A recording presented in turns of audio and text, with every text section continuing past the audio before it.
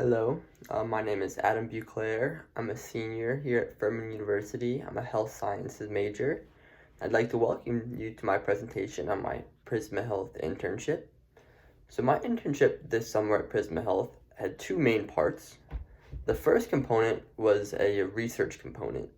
So I was placed under a primary surgeon. He was a vascular surgeon, and we ended up creating a database to help us with a research project. So I headed this database. I was first given a spreadsheet with about 3,000 cases that went through the vascular surgery department at Prisma Health from 2019 to 2021. And my first job was to take all these cases and separate them into ones that would qualify for a trial and ones that would not qualify for a trial.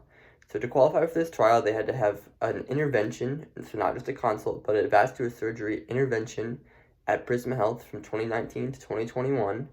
And this intervention had to be in their lower legs. So these patients had to have a disease called peripheral artery disease. That's pretty common in diabetics and smokers and the elderly. So after I created this system for classifying my patients, I ended up with about 900 cases to study. My next step was to use a system called REDCaps, where I created kind of a virtual database where I could input information from each of these cases. And I had to learn a lot about vascular surgery to create this database. So I had to learn lots of medications. I had to learn how to read surgery notes, read angiograms, which is a study of the blood flow to the legs, all to kind of create this comprehensive database. So I ended up having over 100 fields that kind of fed into each other, but the goal was for each patient to establish measures of their preclinical conditions. So when they came to the hospital, what kind of comorbidities did they have? Were they overweight, smokers? Did they have heart conditions? And then I would use different rankings to classify their disease. So I would use kind of a pre-procedural angiogram, and I would see, first of all, where the occlusions, where the clots were in their legs. If they had good blood flow, I would rank it in their aorta, in their upper and their lower legs. And then I would also measure calcification in their feet, which is a good indication of the severity of a disease, and also claudication, or how far a patient could walk without pain. And I kind of used all of these pre-procedural guidelines to create kind of one number, one classification for how severe, how complex this disease was.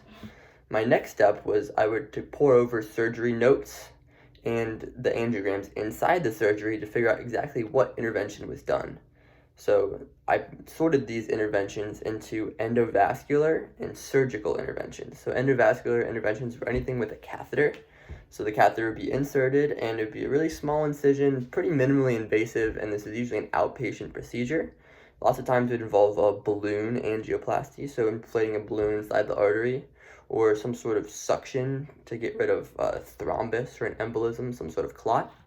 And the other side of that equation is surgery, which, as it sounds, surgery is a little bit more complicated, more, aggressive. And that usually included amputations, but the different kinds of amputations. So, you lose different functionality based on a toe amputation versus at your ankle versus a below the knee versus above the knee amputation. So I classified all of that as intervention. I noted where everything was done, and sometimes it was a surgical and endovascular intervention. So I noted all that. I noticed if the procedure was a success or a failure, and I put that in my database.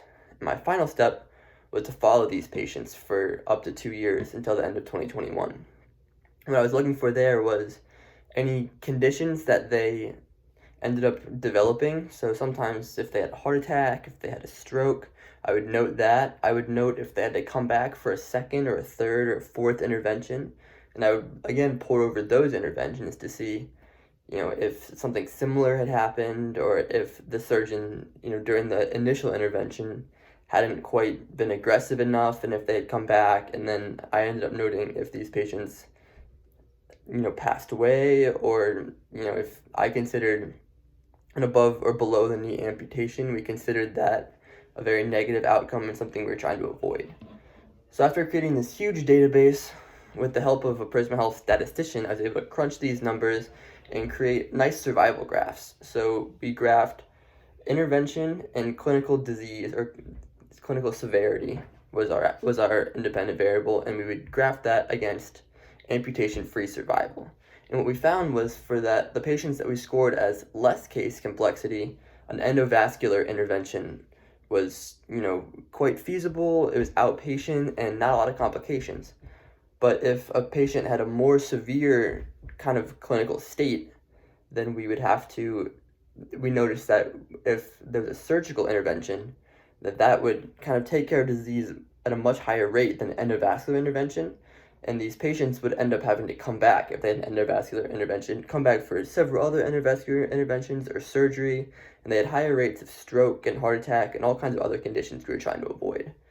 So the clinical application from this project was that I was able to present to those surgeons at Prisma Health, different things to look for in terms of calcification and kind of clogging in arteries, and when an endovascular intervention would be appropriate and when primary surgery is kind of a more important and more kind of reasonable step to take to get these patients relief as quick as possible. So that was my research component. My other component was clinical shadowing, which I had a lot of fun with.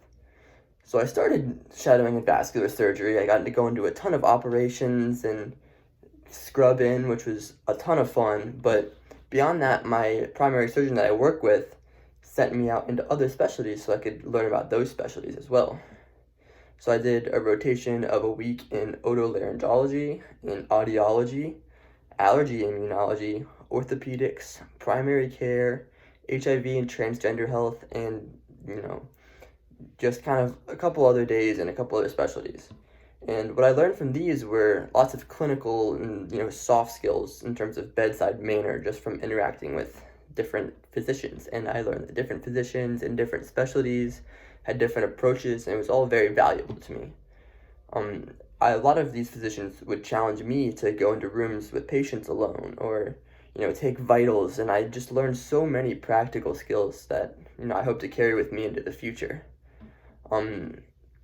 So I'm applying to medical school, and this will be something I'll be doing next fall. So I think this internship has really been impactful for me.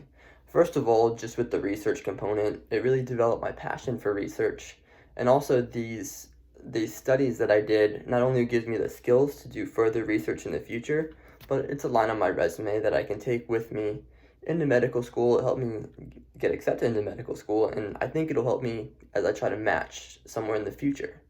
I think also just being able to read charts and be so involved in one specialty is a real strength of mine that this internship kind of helped to provide to me.